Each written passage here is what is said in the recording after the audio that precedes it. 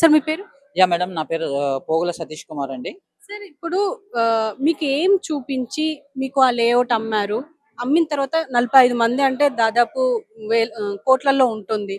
అంటే వీళ్ళు అసలు ఏం చేద్దామని ఇదంతా చేస్తున్నారంటారు? మేడం 2014లో తెలంగాణ గవర్నమెంట్ వచ్చిన తర్వాత కొద్దిగా ల్యాండ్స్ రేట్లు అనేది పెరగడం జరిగింది.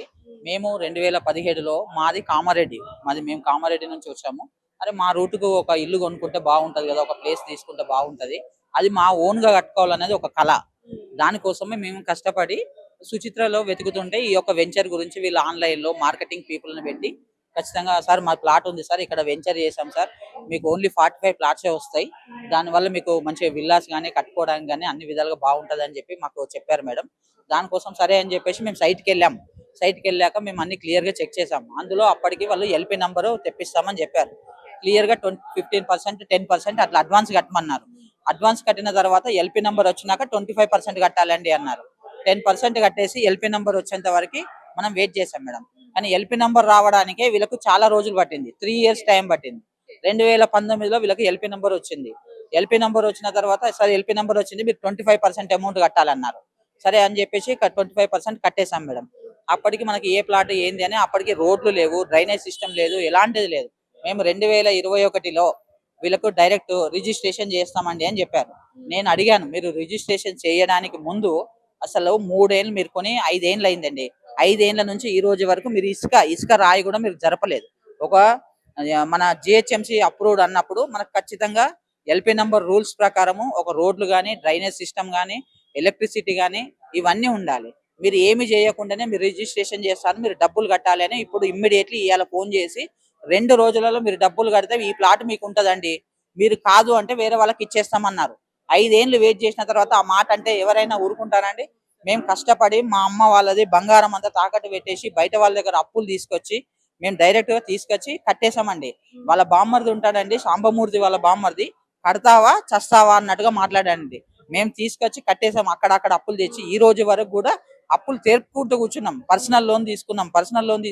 సార్ మీరు సైట్ మీదనే మాకు లోన్ ఇవ్వండి అన్నాం. సార్ ఇప్పుడు మీకు లోన్ రాదని చెప్పారు.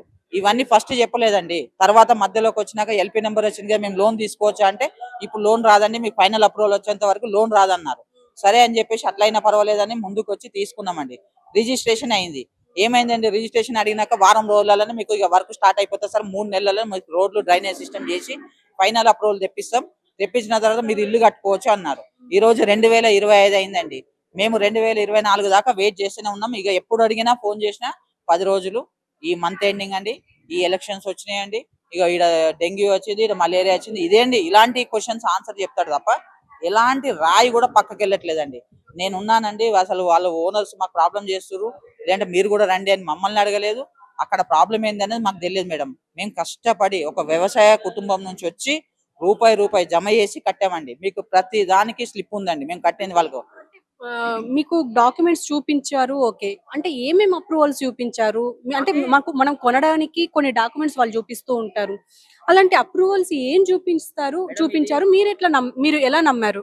ఈ వెంచర్ వచ్చేసి మనకి 3.5 ఎకరాలు మేడం. 3.5 ఎకరాలలో ఒక గవర్నమెంట్ నుంచి జిహెచ్ఎంసి నుంచి మనకి ఎల్‌పీ నంబర్ వచ్చింది అంటే యాజ్ పర్ రూల్స్ ప్రకారమే ఎల్‌పీ నంబర్ వస్తుంది మేడం. గవర్నమెంట్ ఫ్రీగా ఉచితంగానైతే ఏదో డబ్బులు తీసుకొని ఎల్‌పీ నంబర్లు ఇవ్వరు కదండి. ఒక సింగిల్ జాగా కొంటున్నామంటే రేపు పొద్దుటి వరకు ఎవరో కబ్జా చేస్తాడనే బాధ ఉంటదండి. ఒక వెంచర్ లో మనం కొంటున్నామంటే only GHMC registration certificate, GHMC LP number చూసి మాత్రమే మేము కొన్నామండి. అంటే గవర్నమెంట్ మాకు ఒక వెనకాల ఉంది, మా వెనక సపోర్ట్ ఉంది అనే ధైర్యంతో కొన్నామండి. మనుషులను కన్నా ఎక్కువ వీళ్ళని చూసుకున్నాం. ఇప్పుడు ఆ రోజు అంతకన్నా ముందు కూడా వీళ్ళు ఒక సైట్ చేశారండి. అది కూడా సరిగా చేయలేదని మా విషయం మాకు తర్వాత తెలిసింది. ఆ వెంచర్ కూడా వాళ్ళందరికి డబ్బులు కట్టేశారు. ఫైనల్ అప్రూవల్ రాకముందే వాళ్ళు ఎవరో ఇల్లు కట్టుకున్నారు. ఇలాంటి ప్రాబ్లం మాకు అగ్రిమెంట్ అయిన తర్వాత, రిజిస్ట్రేషన్ కంప్లీట్ అయిన తర్వాత మాతో ఒక సైన్ చేయించుకున్నాడండి. ఫైనల్ అప్రూవల్ వచ్చేంత వరకు మీరు ఇందులో ఏమి ఇల్లు కట్టద్దండి అని అన్నారు. సార్ ఫైనల్ అప్రూవల్ ఇప్పుడు ఎల్‌పీ నంబర్ రావడానికి 5 ఏళ్ళు చేసినావు కదా, ఇప్పుడు మరి ఫైనల్ అప్రూవల్ రావాలంటే 30 ఏళ్ళు చేస్తావు, అప్పటిదాకా మేము ఇలాగే ఉండాలి రోడ్ల మీద అంటే, లేదు సార్ నీకు 3 నెలల్లో నేను చేసేస్తాను క్లియర్ గా చెప్పాడు మనకి. సరే చేస్తాడు కదా అనుకున్నాం. రిజిస్ట్రేషన్లు అవుతూ ఉన్నాయి, ముందుకెళ్తుంది. అదే వాళ్ళ నుంచి మేము రిజిస్ట్రేషన్ కొంత చేసుకున్నామండి. 3.5 ఎకరాలలో మనకి ఇంత అయింది ఇప్పటి వరకు, మీకు 19,000 గజాలు అయింది, 20,000 గజాలు ఇలా చెప్తూ ఉన్నాడండి. కొంత అయింది మనకి. అని మనకు ప్రూఫ్ డాక్యుమెంట్స్ చూపిస్తున్నాడు. మేము రైతుల దగ్గరికి వెళ్ళి డబ్బులు కట్టినాం, వాళ్ళ దగ్గరికి వెళ్ళి మన శివం ప్రాజెక్ట్స్ మీదకి అయింది, దాని తర్వాత ఇక మీకు ఇంత దాంట్లోకెళ్ళి మీకు రిజిస్ట్రేషన్ చేస్తున్నానండి అని ఇదే జాగా చూపించి 45 మందికి రిజిస్ట్రేషన్ చేస్తున్నారండి. ఇలా నేను గవర్నమెంట్ ని ఇలా నిజంగా రేవంత్ అన్న మీరు ఎక్కడున్నా నేను ఒక్కటే రిక్వెస్ట్ చేస్తున్నా, ఇలా తెలంగాణ గవర్నమెంట్ లో ఎలా చెరువులు ఏ విధంగానైతే కబ్జా జరిగితే హైడ్రాని పెట్టి ఏ విధంగానే కూల్చి నిజంగా న్యాయం చేస్తున్నారో మాలాంటి తెలంగాణ బిడ్డల్ని ఈ రోజు మేము ఏదో బతకాలి, ఒక ఇల్లు కట్టుకోవాలని కోరుకునే మమ్మల్ని కూడా ఈ రోజు ఇలాంటి ఆంధ్ర వాళ్ళు వచ్చి ఇప్పటికి కూడా ఇంకా తెలంగాణలో అన్యాయం జరుగుతుంది. ఇలాంటి వాళ్ళను తెలంగాణ బార్డర్ వరకు తన్ని తరమాలండి. నిజంగా రేవంత్ అన్న ఎక్కడున్నా ఈ విషయంలో డిపార్ట్మెంట్ పరంగా గానీ అందరూ మాకు సహకరించాలని నిజంగా కోరుకుంటున్నాను. కేసులు ఎక్కడెక్కడ పెట్టారు మేడం మేము ప్రతి డిపార్ట్మెంట్ ఇప్పుడు మేము రీసెంట్ గా మేము ఒక గోడలు కట్టాం మేడం.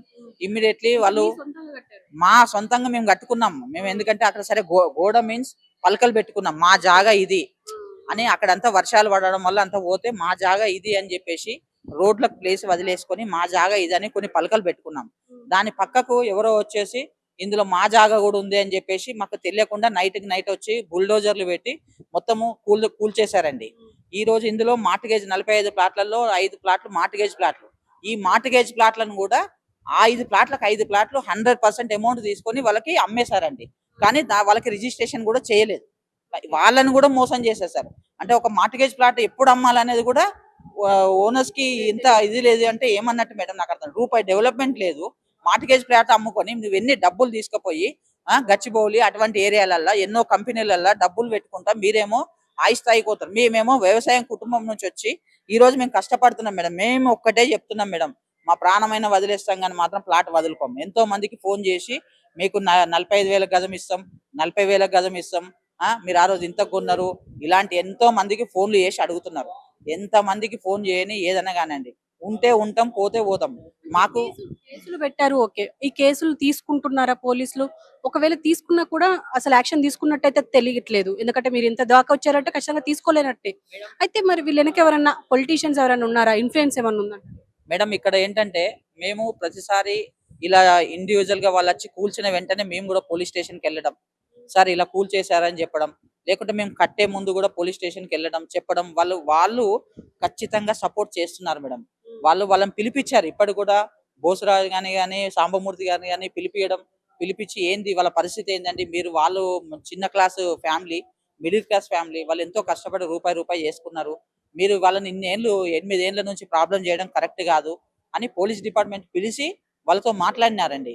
మాట్లాడినప్పుడు ఒక డేట్ చెప్తాడండి, మళ్ళా నెక్స్ట్ మంత్ 8వ తారీఖు మీకు కొంత డబ్బులు కడతా అంటాడండి. 8వ తారీఖు పోతుంది, 10వ పోతుంది, నెల పోతుంది, ఏడాది అవుతుందండి.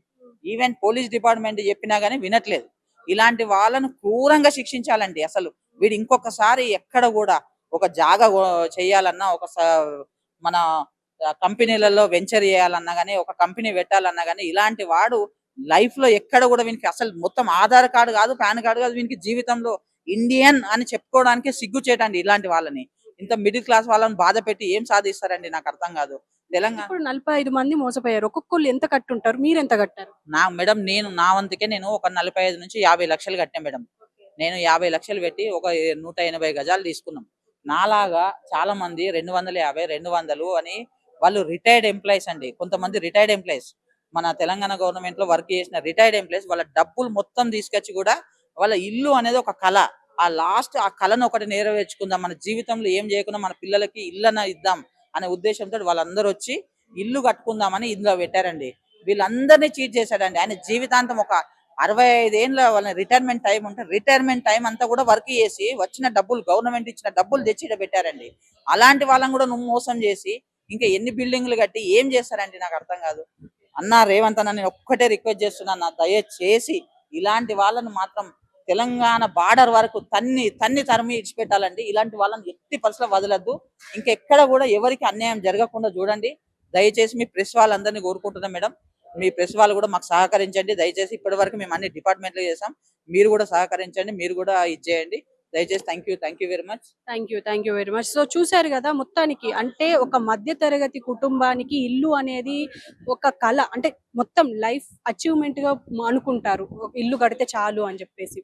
అలాంటిది ఈ రియల్ ఎస్టేట్ వ్యాపారులు మాత్రం దాదాపు లక్షలు కొన్ని కోట్లే స్కామ్ చేస్తున్నారు అనుకోవచ్చు. ఒక్కొక్క ఇంటి నుంచి అంటే 50 లక్షలకు పైనే వీళ్ళను మోసం చేశారు అని చెప్పేసి అంటున్నారు. అంటే 50 లక్షలు అంటే ఒక లైఫ్ మొత్తం అంటే ఒక రిటైర్డ్ ఎంప్లాయీ మొత్తం కలిపి ఇప్పుడు ఒక ఇల్లు కొంటే ఆ ఇల్లు కొనడానికి అంటే కట్టడానికి కూడా వీలు లేకుండా చేస్తున్నారు వీళ్ళు ఇప్పుడు.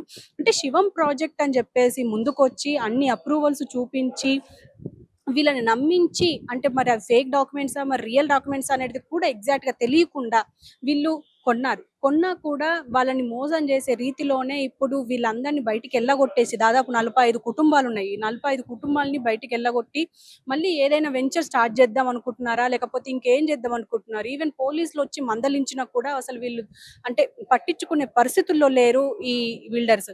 మరి ఈ బిల్డర్స్ ని ఏం చెయ్యాలి అనేది మరి వాళ్ళే చెప్తున్నారు. ఖచ్చితంగా గవర్నమెంట్ దీన్ని పట్టించుకోవాలి. సీఎం రేవంత్ రెడ్డి కూడా దీన్ని దృష్టికి తీసుకొని అంటే ఈ రియల్ ఎస్టేట్ మోసాల్లో ఇప్పుడు ఈ రీసెంట్ గానే ఒక మోసం బయటికెళ్ళింది.